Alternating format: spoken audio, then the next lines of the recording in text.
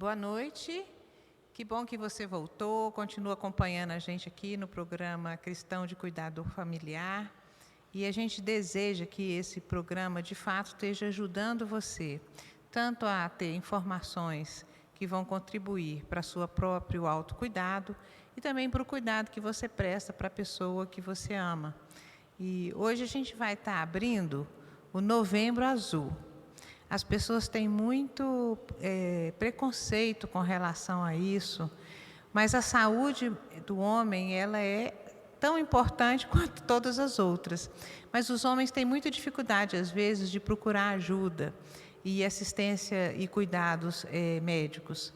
Mas é tão importante, por isso a gente convidou o urologista, Dr. Marcos Loyola, que está aqui com a gente, vai estar falando para a gente sobre isso. E eu tenho certeza que você vai aprender muito. E você pode passar essas informações para pessoas da sua família, e isso certamente vai produzir um efeito de qualidade de vida. Jesus, quando veio aqui, ele disse que ele veio para nos dar vida, e vida em abundância. E isso quer dizer que a gente precisa se cuidar para que ele possa, de fato, nos proporcionar essa vida num contexto amplo de qualidade de vida e de abundância, né?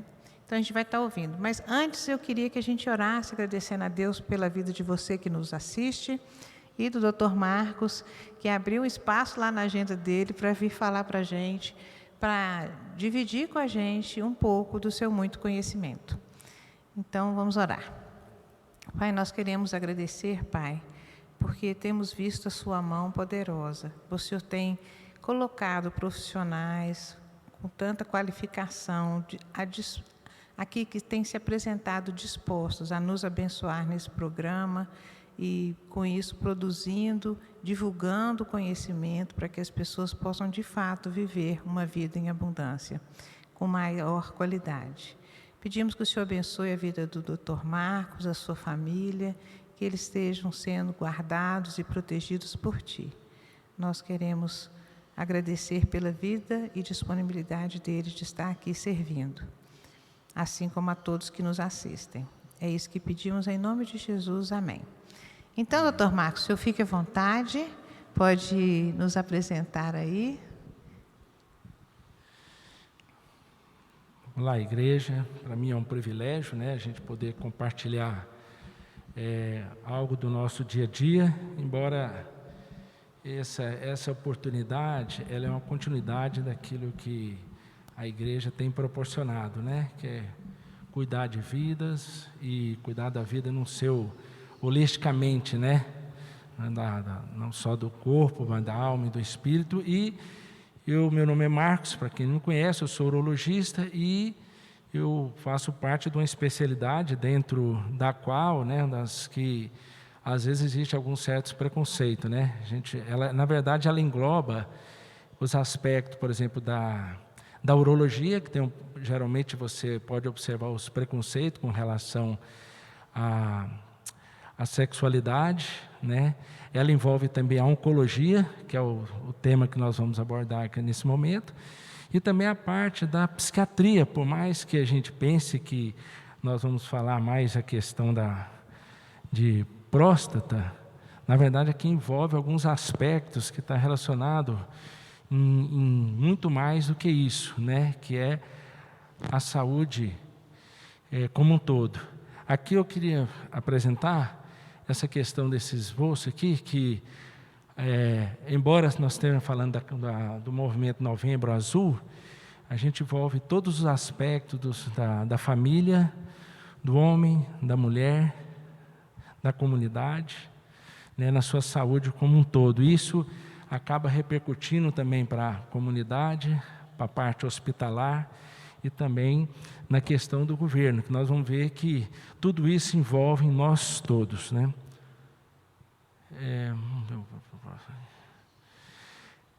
Aqui nós temos apenas para que o nosso foco, embora seja o Novembro Azul, aqui nós poderíamos tem vários aspectos. Aqui nós temos, por exemplo, aqui o Janeiro Branco, que na verdade se trata da saúde como uma saúde mental, a vida como prioridade, né? temos o fevereiro, que é das leucemia, o do cólon retal, que é o do março, e assim vai. Atualmente nós estamos no outubro rosa, mas o que a gente chama a atenção é justamente porque nós não temos como desmembrar isso aqui como um só movimento. Isso é uma sequência. O novembro azul também ele tem a sua particularidade, ele tem a cor dourada também, que nós não podemos esquecer da questão do câncer infanto-juvenil.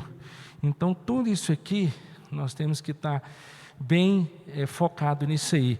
Essa questão do movimento Novembro Azul, ele foi atraído por uns jovens que decidiram chamar a atenção na Austrália, e, de fato, o movimento Novembro Azul já existia, mas eles resolveram, de uma forma impactante de atrair, resolveram, vamos dizer, usar bigode numa época que não era aquilo a moda do momento, e aquilo chamou atenção. E isso acabou ganhando força e foi adiante. Mas sempre nós temos que chamar a atenção, na verdade, não é para como somente atrair. A gente precisa sempre entender que, primeiro, a gente precisa conhecer as coisas básicas, as coisas que são necessárias e até curiosidades. Mas na questão de ser atraído, algo sempre precisa na vida do ser humano como a questão de saúde, na questão de medicina. Que é você enxergar como um todo, é a conscientização e a mudança de comportamento. Então, não se trata apenas de uma questão de idealização. Então, esse aqui é o importante, né? Chamando a atenção para cá, 90% dos casos de suicídio podem ser evitados. Então, da mesma forma que nós podemos prevenir uma questão da doença avançada, nós temos que entender que estamos todos envolvidos numa questão macro. Isso aqui que eu queria chamar a atenção, porque geralmente a tendência é ser atraído por alguma coisa que chama atenção. E isso não é coisa nova, mas a questão da conscientização, é a mudança sim. Aqui eu queria falar um pouquinho da questão da conscientização. O movimento Novembro Azul, ele se envolve nessa questão de exames regulares, conscientização, você buscar fazer um diagnóstico precoce, né? Na verdade, não tem como você prevenir o câncer, porque se você não sabe a etiologia, é difícil você falar que vai prevenir um câncer, mas você, na verdade, você previne uma doença avançada e isso tem uma repercussão enorme, né? E isso depende também dos resultados que nós fazemos, né? Com relação à incidência, o câncer de próstata, ele tem uma incidência, seu clímax, a partir dos 50 anos, que é onde a gente chama maior atenção para a questão da sua prevenção, mas também pacientes com riscos maiores, que envolve, por exemplo, a faixa etária e a raça, na raça negra e na história familiar, pode-se começar essa questão da incidência, a gente pode começar a buscar essa prevenção um pouco mais cedo, né? A questão dos exames, a questão de check-up, que a gente chama para a gente saber quais são os incidentalomas, que é aquele achado, né? E nós também não podemos esquecer da natureza do tumor, que é o que chama atenção, né? Muitas vezes a gente fala assim, de cada homens, vamos pôr assim, 8% dos homens terão câncer de próstata, mas a gente precisa entender que a natureza de cada tumor, ela é importante naquela questão da evolução da doença, né? Vamos ver os outros aspectos aqui com relação à próstata. Passei, Tiago? Isso. O que temos a ver, por exemplo, câncer de próstata e a sexualidade? É que como esses aspectos humanos que a gente está abordando anteriormente, eles são fundamentais, porque a gente precisa entender que isso envolve todos os parâmetros. Quando você fala de um diagnóstico precoce de câncer de próstata, ou então uma prevenção, ou então assim, evitar uma doença avançada, imagina um paciente que tenha que retirar a próstata, uma idade de 35 anos, 36 anos, como que ficará essa saúde mental desse paciente ou dessa família? Então, quando a gente se fala em aspectos humanos, Nós temos que entender que o ser humano ele é inerente como o seu todo. Então, a sexualidade não envolve apenas os órgãos genitais, mas eles estão relacionados com isso tudo aqui, ó, os nervos, os vasos, os hormônios, a sua psicologia, a espiritualidade, inclusive, e a sua fertilidade. Então, todos esses, depende, cada caso é um caso, e a gente precisa estar envolvido, engajado nessa questão de entender e ir aprofundando. A gente está falando de uma maneira global, geral, mas a gente vai aprofundando. Próximo, né? Aqui temos algumas estatísticas, né? É o segundo câncer mais frequente no homem, também só perde para o câncer de pele, que é o não melanoma, né? São incidência de novos casos, um caso a cada 7,6 minutos. Existe uma incidência maior por região, uma letalidade de 20% dos casos, e a cada um caso novo a cada 6 minutos. E no Brasil, 1 em cada 6 homens terão câncer de próstata. Então, você vê com a incidência muito elevada e que a gente precisa estar atento, porque, na verdade, nós não estamos falando aqui só de próstata, nós estamos falando da saúde de um todo, né? A saúde da família, dos seus familiares, dos seus próximos, inclusive na questão que a gente tem que chamar a atenção também é que no custo, né, hoje o recurso para você fazer um tratamento de próstata requer uma assistência, e o que tem prejudicado muito é que nós vamos ver adiante que nem todos os recursos que nós temos, eles têm na rede do governo, e isso dificulta. Então, quanto melhor você poder fazer a prevenção de casos avançados, melhor.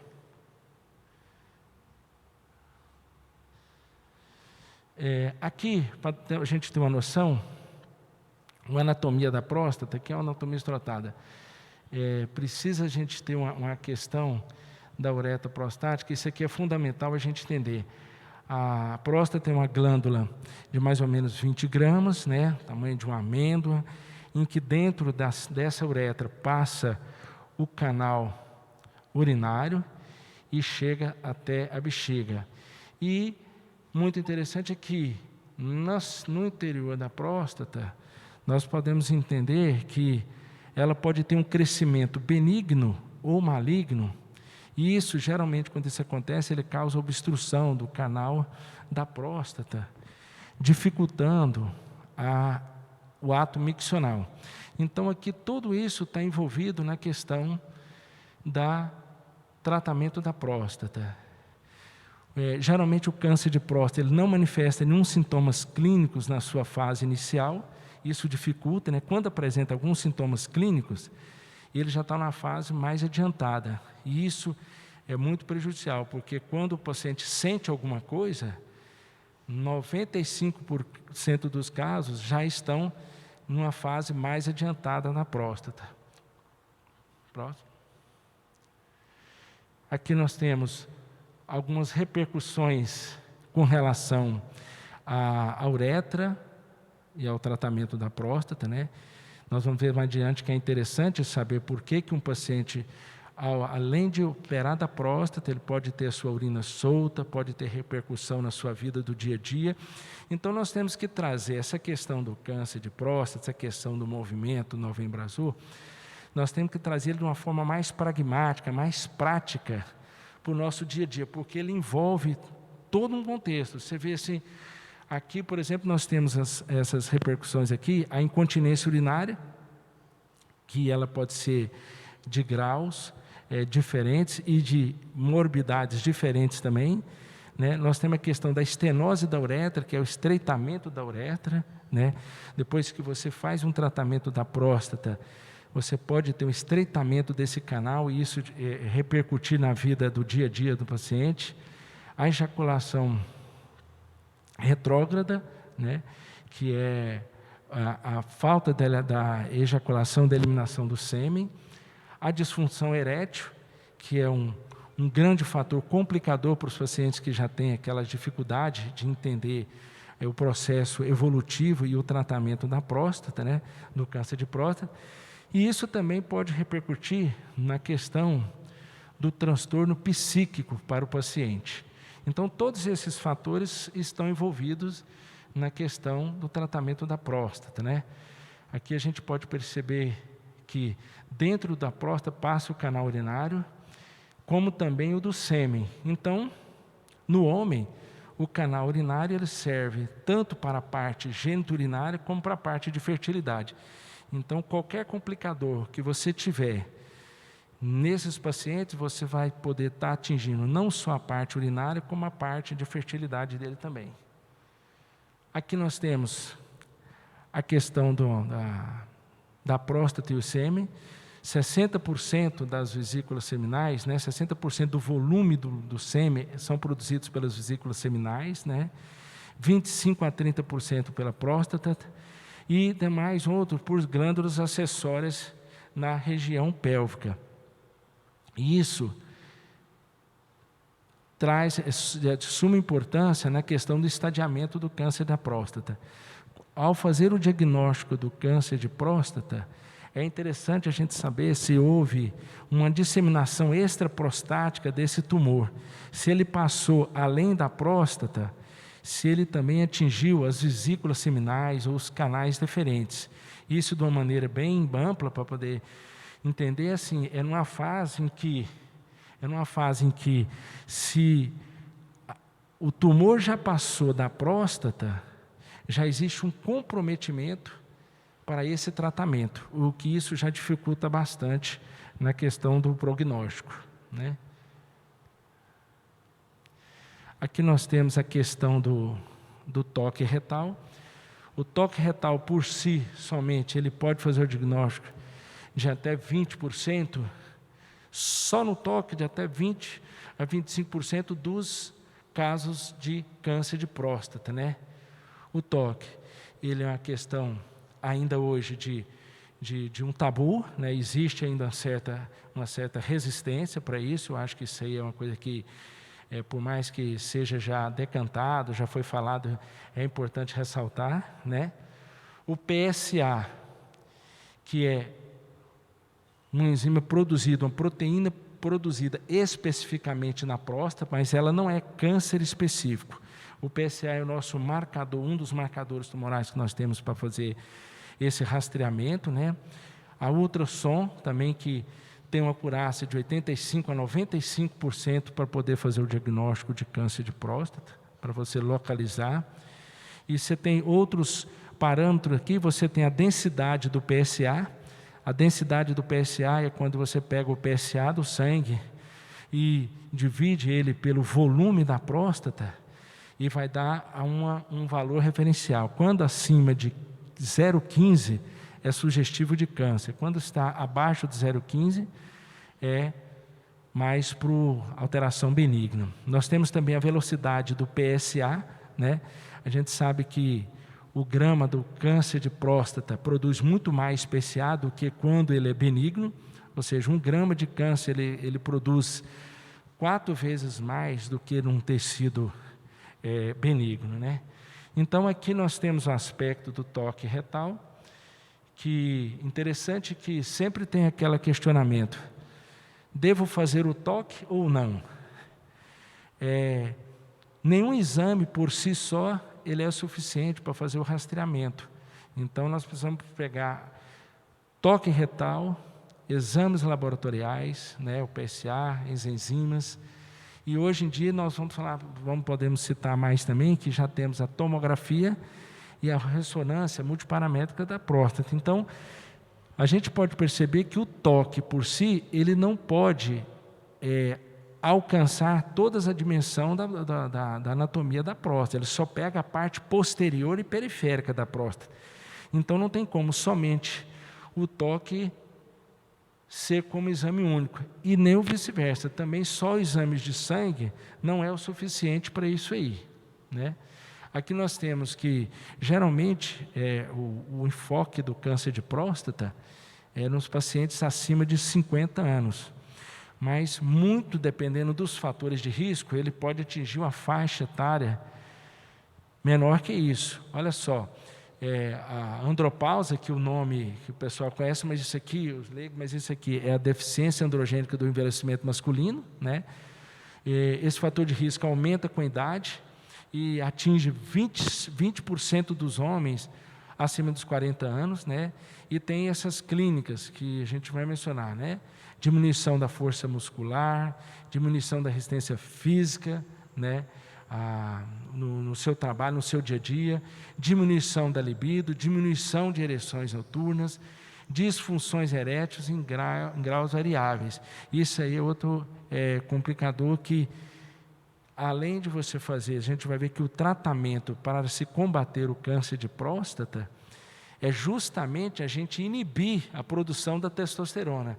Então, tudo isso acontece e pode agravar na parte psíquica. Você imagina um paciente com câncer de próstata, ainda mais jovem, e sua família, e ele, além disso, ele ainda tem que fazer uma questão de um tratamento para diminuir sua testosterona. Imagina a repercussão psíquica que isso pode atingir, né? Aqui nós temos, quando se faz a cirurgia da próstata, quando é câncer, a cirurgia é uma cirurgia radical. Você retira toda a próstata, você retira parte da bexiga, as vesículas seminais, os ductos diferentes. Na verdade, a gente faz um esvaziamento pélvico. E isso repercute em diversos pontos. O paciente fica sem eliminação do esperma, né? Ele perde todo o canal deferente que tinha sua função, já foi ausente nesse momento, né? E todas as outras causas que podem atingir, eu quero mencionar essa questão só da cirurgia mesmo. Aqui aproveitando um gancho, mas assim, existem muitas outras causas, como a ejaculação, né? A questão medicamentosa, a questão psicogênica, e tudo isso relacionado com o trato urinário, que a gente tem que estar sempre atento que o canal urinário está sempre alvo de todos os dias de ser uma questão que pode causar um transtorno diário ao paciente, né? Olha só, o PSA, que é uma proteína produzida pela próstata, normalmente o PSA, ele atinge uns níveis de risco quando ele passa os seus 4 nanogramas por ml. Mas olha só, qualquer paciente do sexo masculino, independente do nível de PSA dele, ele tem chance de ter câncer de próstata. Um paciente que de 0 a 0,5 de PSA tem 6,6% de chance de ter câncer de próstata. Aquele que tem de 0,6 a 1, 10%, de 1 a 2, 17%, e assim, à medida que aumenta o PSA, essa chance aumenta mais ainda. Mas o que quero chamar a atenção aqui é que mesmo com um PSA normal, um paciente pode vir ter câncer de próstata. Por isso nós temos que estar atento com essa questão de preciso fazer o toque. É sempre assim, precisa se fazer os exames para a prevenção do câncer. Então o PSA, o toque, exames de imagens. O diagnóstico precoce com o toque retal e o PSA reduz em 21% a mortalidade, né?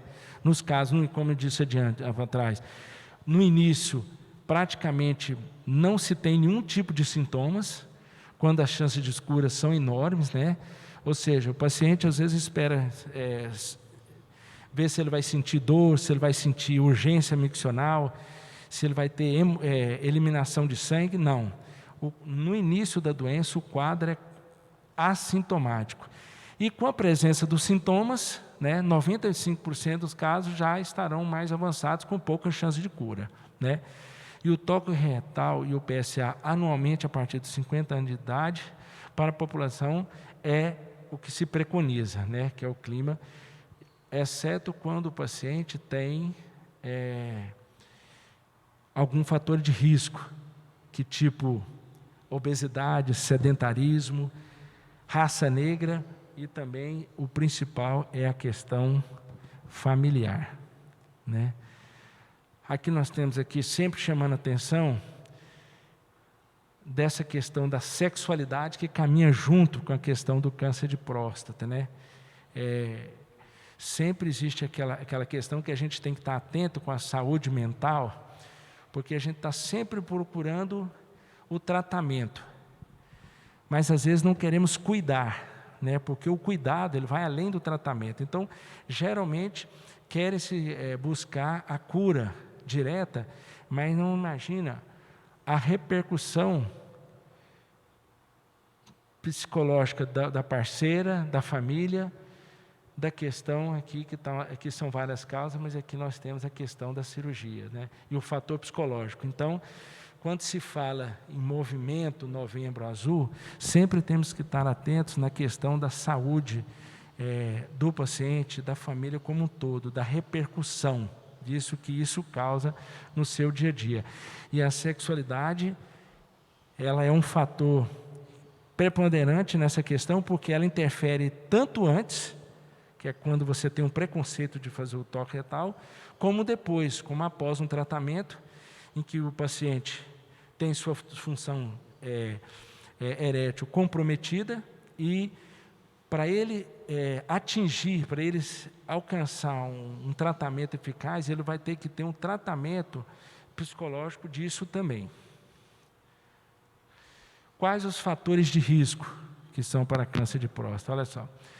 A idade, né, que 62% dos casos acima de 65 anos, a história familiar, a raça, né, sendo mais a maior incidência em negros, né, e chamando a atenção para essa questão da dieta aqui, é muito, de que forma que poderia você atrair para essa questão da dieta, sendo que é salutar que a dieta ela é importante, mas como você conseguir isso aqui na sua prática?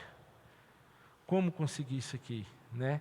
Isso aqui é outra coisa que é importante, porque as pessoas falam de vamos prevenir o câncer. Não tem como preveni-lo. Não tem vacina, não tem nada que você possa, assim, diretamente repercutir na imunidade para você prevenir. Não tem isso. Então, está aqui uma prevenção natural e saudável, que é a questão da dieta, que é um fator preponderante em praticamente todos eles, né? Mesmo no Instituto Nacional do Câncer, você sabe que o estado emocional repercute preponderantemente na questão da imunidade do paciente. E aqui nós temos como os outros fatores também, o sedentarismo e a obesidade. Aqui algumas questões mostrando quando a doença está numa fase mais adiantada, né? Quando já existe um comprometimento da estrutura da próstata, né?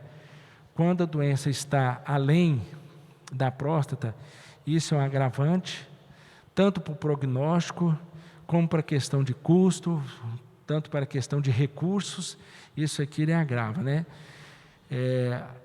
Muitas vezes o paciente se recusa a fazer um tratamento de próstata, e uma das maneiras que o profissional tem, obviamente que isso, cada caso, um caso, e você chegando de forma saudável a ele, dizendo o seguinte: olha, as complicações, elas são, a evolução, elas são piores do que o diagnóstico que o senhor tem. Então, ou seja, imagina um paciente que a gente sabe que está na fase avançada da próstata, que não quer operar.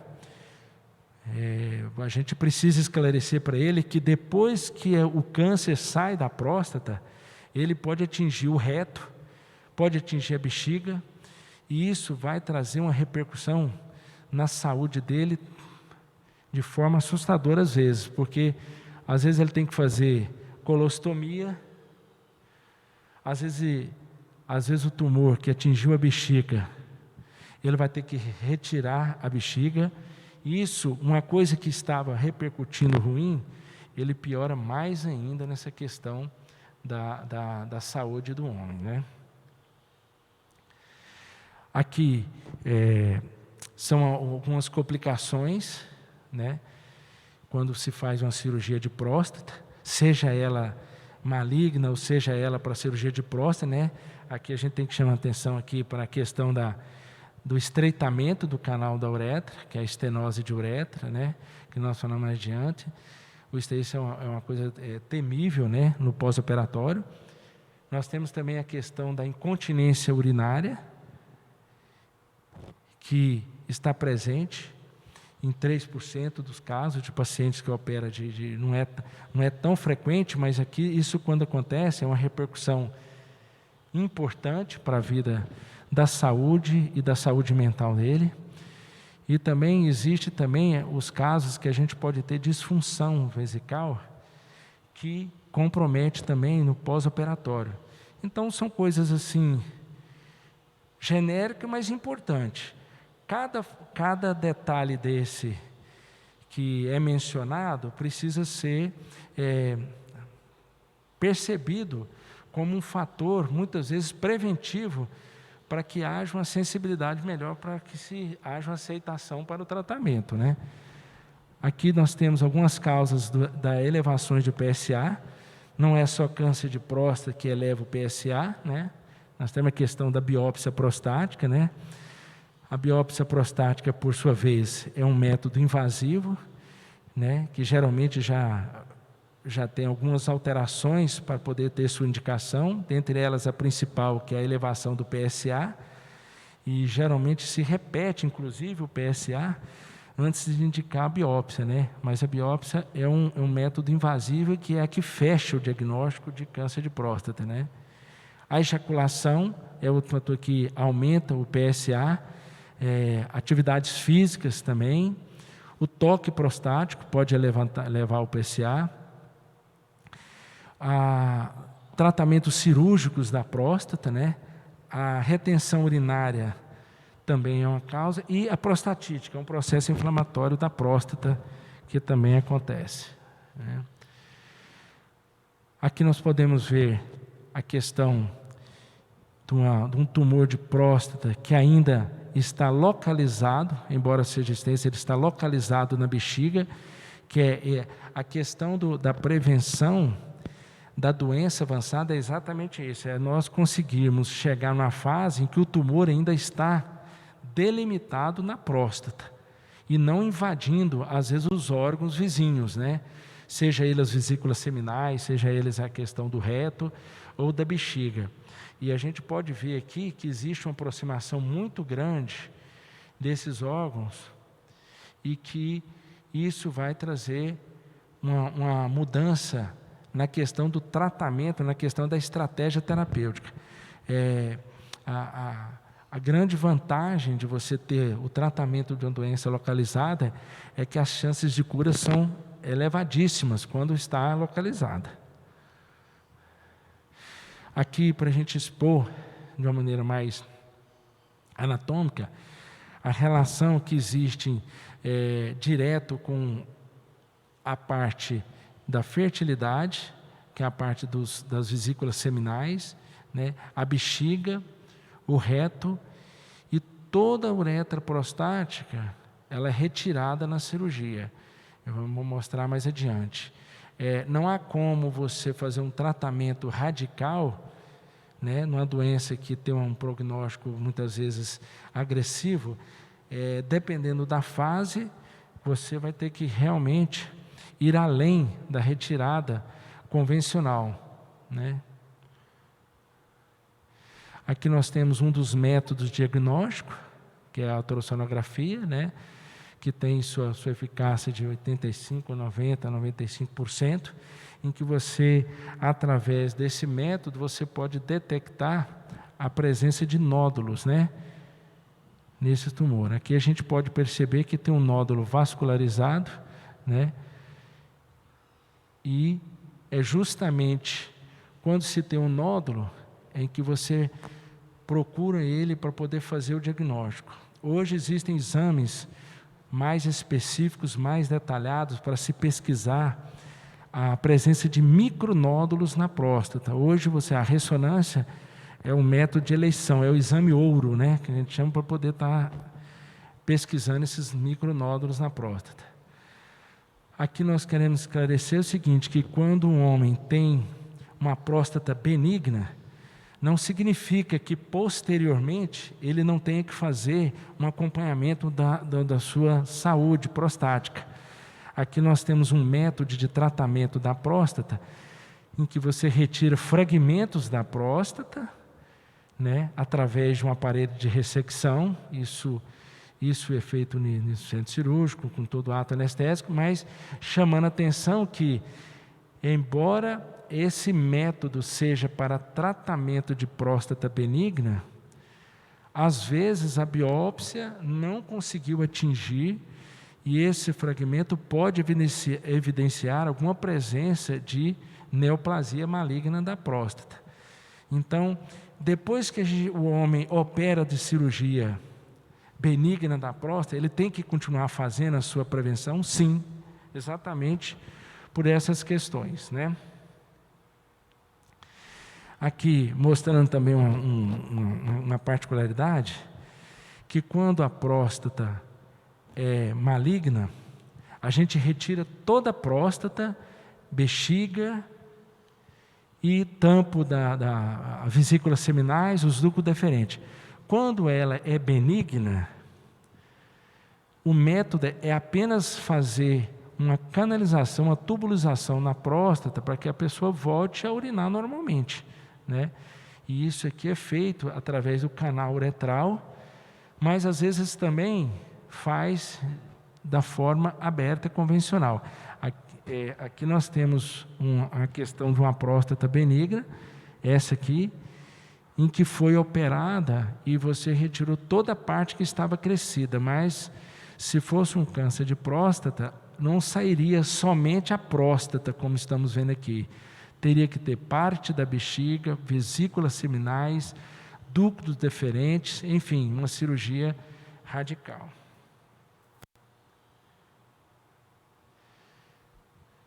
Depois da cirurgia em que você retirou estes órgãos que nós dissemos, você tem apenas uma anastomose da uretra com a bexiga direto.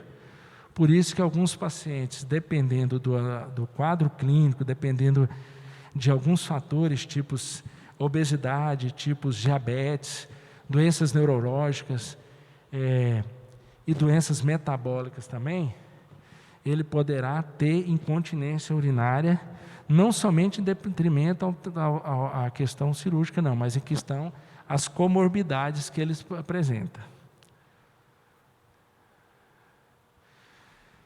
Aqui mostrando agora a peça, né, em si, quando se faz uma cirurgia para câncer de próstata, essa aqui é a peça que sai para nós todos aqui. Então aqui nós temos nesse conjunto aqui as vesículas seminais, os ductos deferentes, a próstata e a parte da bexiga que está anexada posteriormente a essa peça. Então, isso aqui é o que foram feitos. A seguida é feito a anastomose uretrovesical direto. Aqui ilustrando a complexidade da anatomia e da irrigação e da inervação da região pélvica. Quando se faz a cirurgia, imagina-se que você consegue visualizar tudo de forma muito clara, mas nem sempre é assim. Hoje, com a cirurgia robótica, o cirurgião, a tecnologia, ela te dá mais condições de você ter visualização desses órgãos nobres. Mas olha só como que é a irrigação, a complexidade. Então, quando você retira a próstata e esses órgãos, toda essa circulação aqui, o ideal é que ela seja o máximo preservada. Esses nervos vasculonervosos, que nós chamamos, quando eles são preservados, é o que permite o paciente, depois da cirurgia, ter ainda a possibilidade de manter a sua função sexual normal. Mas isso muitas vezes, na maioria das vezes, isto não é possível, né? Aqui nós temos um caso de um tumor localizado, né, que isso aqui é o alvo, né? Você não tem como preveni-lo, mas você tem como descobrir, fazer um diagnóstico precoce, né? Aqui, mostrando a anastomose. Esse aqui é o aspecto final da cirurgia. Aqui, relembrando da questão dos fatores, né? Que ele pode atingir qualquer idade, né? Idade mais avançada, adulto, raça negra, que é um fator de risco, pode atingir também crianças, né? Que é o tumor prostático, embora seja mais raro, também pode acontecer. Então, entendendo que a incidência é elevada, mas o que a gente tem possibilidade de buscar um diagnóstico precoce disso aí, né? Aqui, depois que passou-se a oportunidade de você ter o diagnóstico localizado, ou uma doença mais restrita, focal, nós temos algumas opções de tratamento para a próstata, né? O tratamento do câncer de próstata pode ser feito através de cirurgias convencionais, através da laparoscopia, através da cirurgia robótica. Tem a radioterapia convencional, você tem a radioterapia HIFU, né, que é um método novo que emite energia térmica, né? Então aqui nós temos a questão, isso aqui é uma braquioterapia, né, em que são implantadas sementes irradiativas na próstata e elas liberam essa energia e elas fazem a ablação da glândula. Mas ela pode comprometer também a questão dos órgãos vizinhos. Então, esse aqui é uma braquiterapia, que são sementes que são implantadas na próstata. Aqui a questão do HIFU, que é uma nova tecnologia agora que você utiliza. Na verdade, é um ultrassom de alta frequência que ele emite energia térmica, como se fizesse a queimação, só que você faz preservando o máximo dos órgãos vizinhos, né? Para ter isso aí preservando, né? Aqui nós temos os casos de quando a doença já atingiu fases além da próstata, né? Dando metástase principalmente para ossos, cérebro, né? Fígado, né?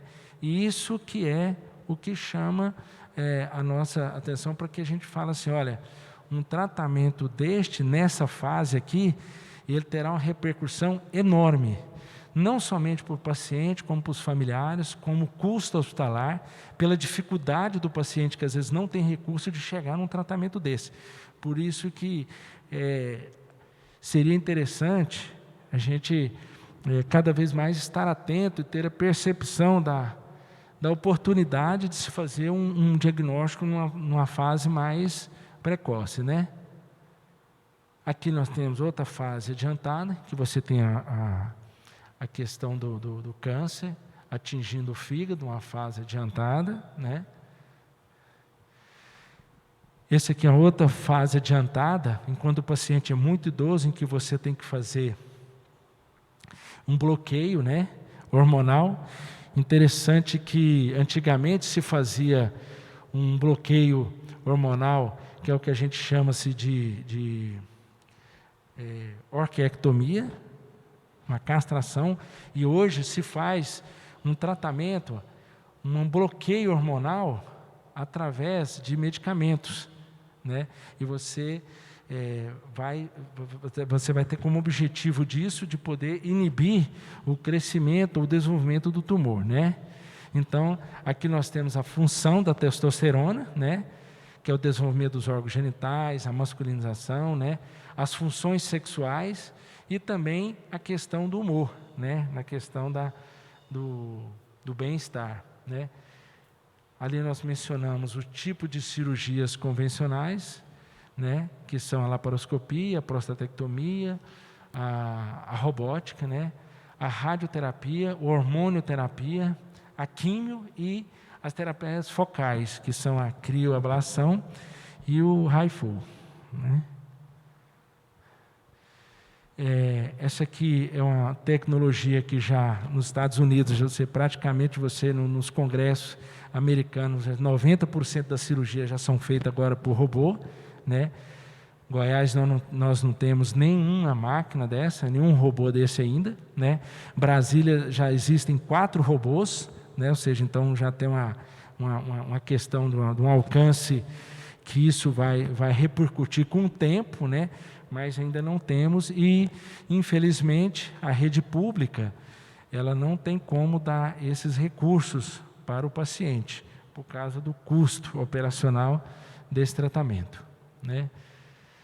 E finalizando também essa questão da complexidade, né? Que a questão que onde a tecnologia chega, a máquina humana ela tem que estar antes, porque ela é que conduz, apesar de tudo, ela é que conduz. Mas com ela vem um custo, né? E esse é o grande agravante que a gente tem para essa questão do câncer de próstata, é você ter a oportunidade de fazer esse tipo de tratamento, né? Esse aqui é o preparo. Existe também aquela questão da laparoscopia também, em que você tem essa oportunidade e toda essa questão do robô é uma questão que ele melhora a questão do tempo de internação, a possibilidade de você visualizar, do cirurgião visualizar a questão dos órgãos nobres quando ele está operando. Então, tudo isso acontece, né? Então, praticamente é isso aí, né? Olha lá, a máquina humana conduzindo, sempre, né? E sempre entendendo que a repercussão está aqui, ó, de quem está conduzindo, né?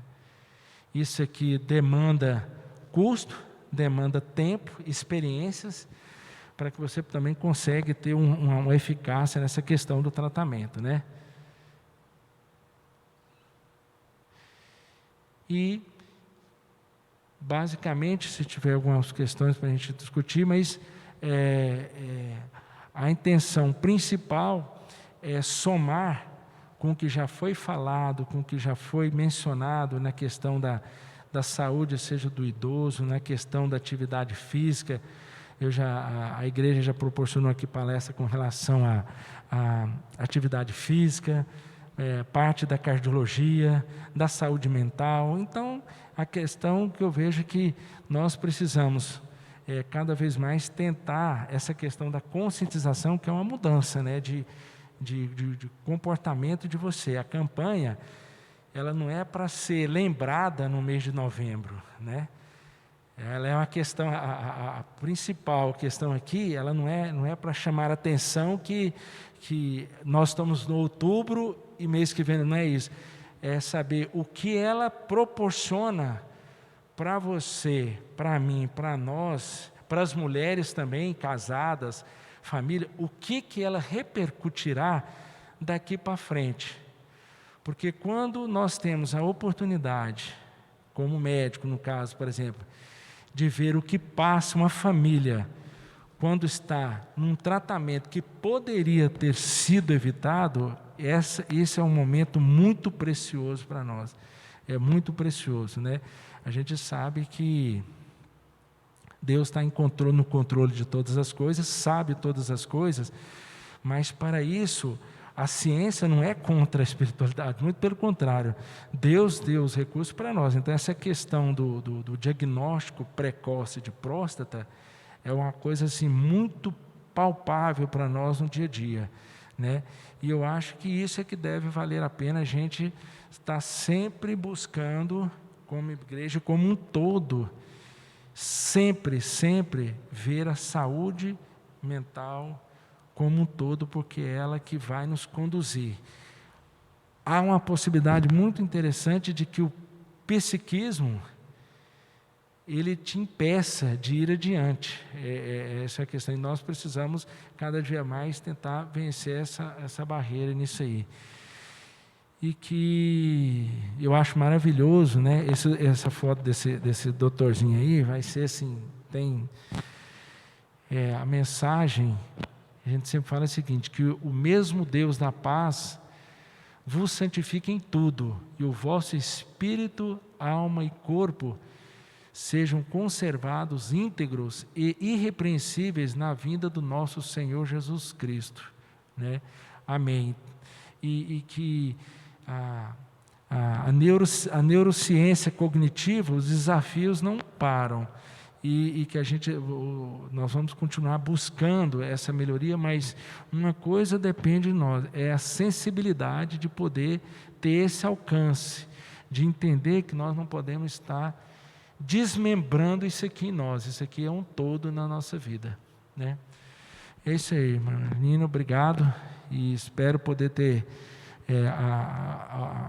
objetivo aqui o que será isso aqui para diante, como será, o que isso vai repercutir no nosso dia a dia, que nós possamos estar sensibilizados, possamos estar orando por aquelas famílias que estão em questão de enfermidade, porque isso é uma coisa que pesa para nós, porque nós precisamos, nesses momentos, nós não podemos estar fragilizados, nós temos que estar buscando em Deus forças e sempre buscando, né, fortalecer nessa questão como um todo, para a gente poder estar honrando ao Senhor naquilo que Ele tem me permitido e tem dado para nós cumprirmos aqui também, tá?